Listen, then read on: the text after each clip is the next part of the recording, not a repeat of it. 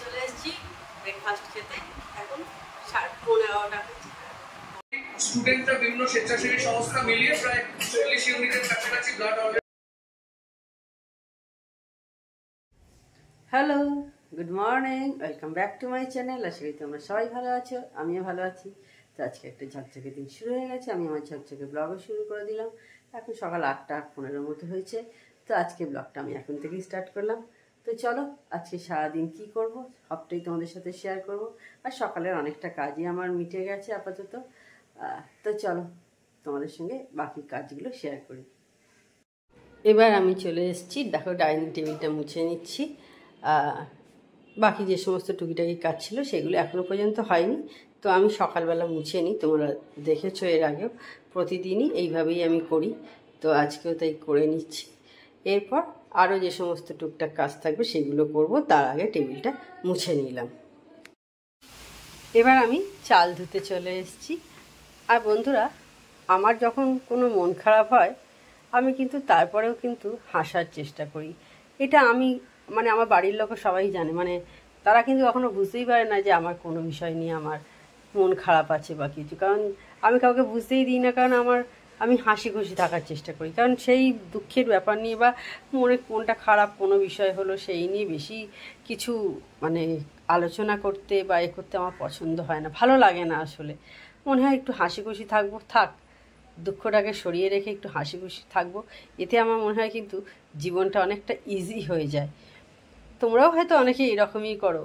কারণ দেখো, আমি সত্যি কথা বলছি, আর বেশি টেনশন আমি নিতে পারি না। কোনো বিষয়তেই আমি অত বেশি মাথায় চাপ নিতে পারি না।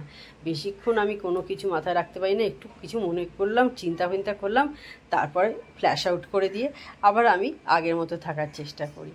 আমি কি জানি, আমার আসে না বেশিক্ষণ ধরে সেই একই ভাবা, একই চিন্তা করা, কোনো কিছু ঘটে গেছে সেইটা নিয়ে।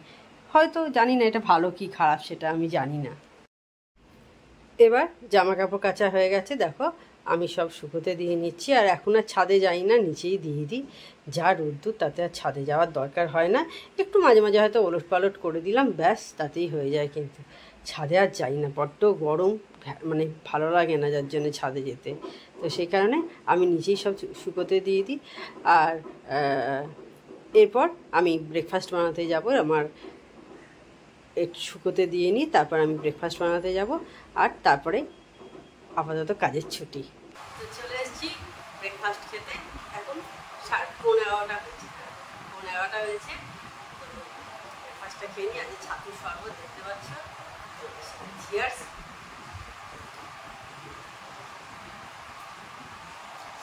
দারুণ লাগে, যা গরম পড়েছে, যে কোনো খাবার ইচ্ছে এটা বেশি এখন দরকার আর কি।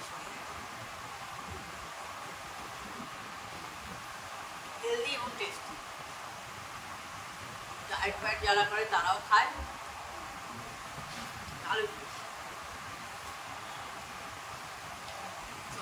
হয়েও যায়।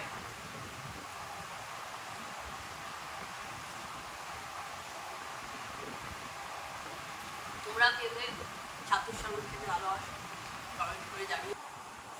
হ্যাঁ, অক্টোবরে তো 70,000 আছে, গান ছাড়া হয়ে গেছে। এখন 70,000-এর ভিডিও করা হয়ে গেছে। সমস্ত 20% করলাম, 7,000 আসছে। তো আর ওখানে ওরা তো 9% বের করেছে।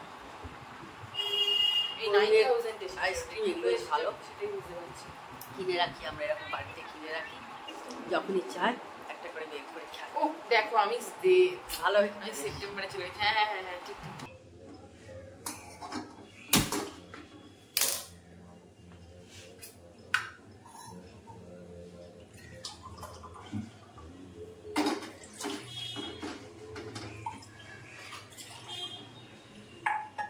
Good evening.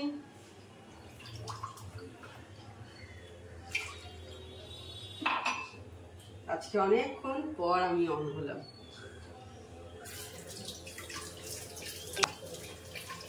সেই তখন আইসক্রিম খাচ্ছিলাম।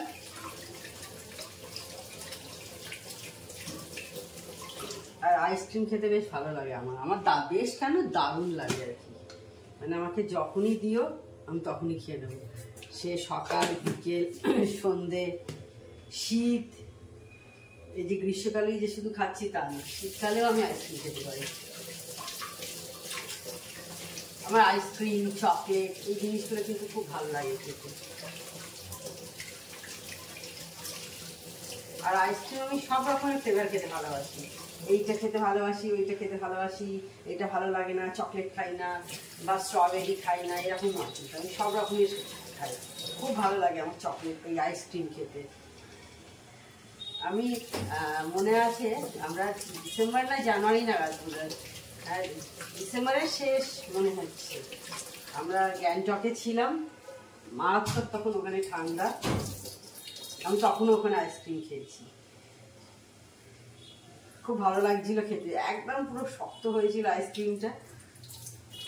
কি যেন ম্যালের ওপরই দোকান, আগারওয়াল বা কিছু একটা দোকানের নাম আমার যা মনে পড়ছে, ওখান থেকে কেনা হতো, আইসক্রিম খেতাম।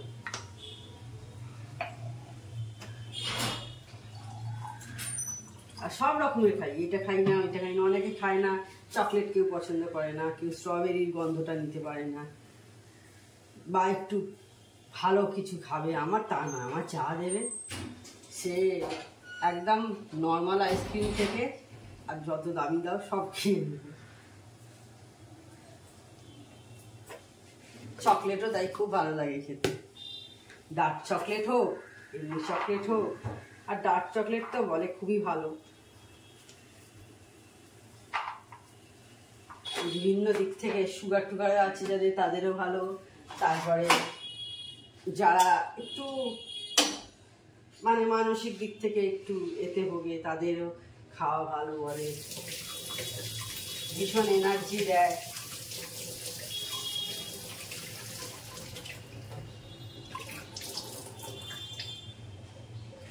হয় না যারা স্ট্রেসে ভোগে, বিভিন্ন কারণে তো এসে যায় এখন মানুষের, তো এইগুলো তখন ডার্ক চকলেট বলে খাওয়া ভালো, শুনেছি।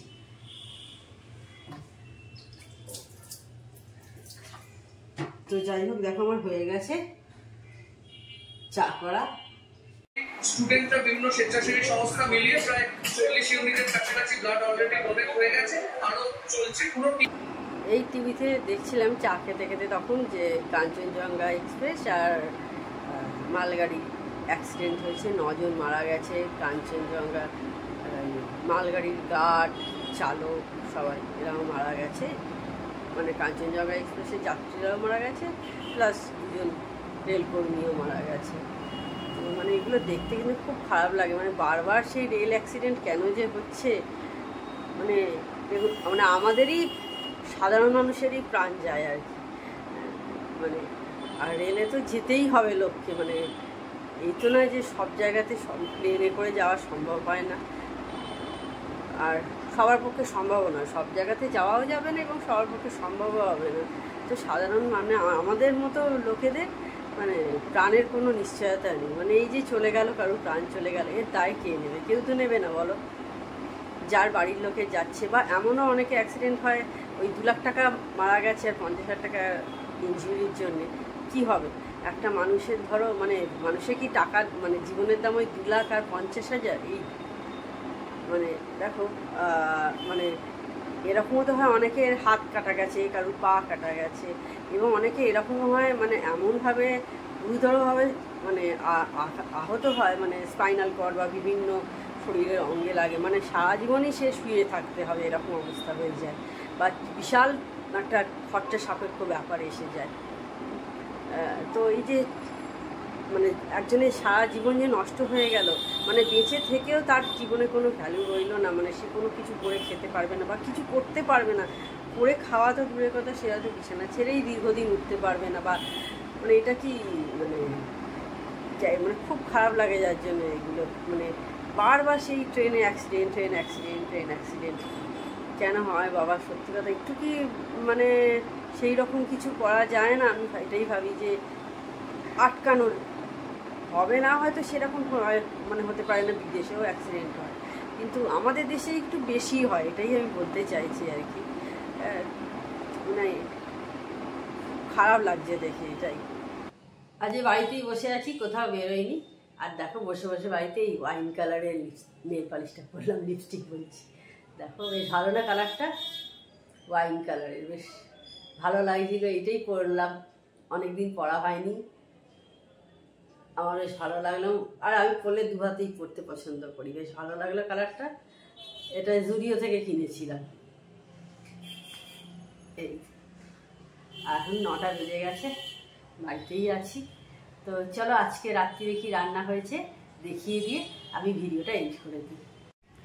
রাত্রিরে এই যে দেখো পনিরের তরকারি হয়েছে, দেখতে পাচ্ছ। তাহলে আজকে ভিডিওটা আমি এইখানেই এন্ড করছি। আমার চ্যানেল যদি তোমাদের ভালো লেগে থাকে তবে অবশ্যই আমার চ্যানেলকে তোমরা সাবস্ক্রাইব করো, লাইক করো, শেয়ার করো। আর যেসব বন্ধুরা এখনো পর্যন্ত আমার চ্যানেলকে সাবস্ক্রাইব করোনি তারা চটাপট আমার চ্যানেলকে সাবস্ক্রাইব করে দিও। Tata, good night, sweet dreams.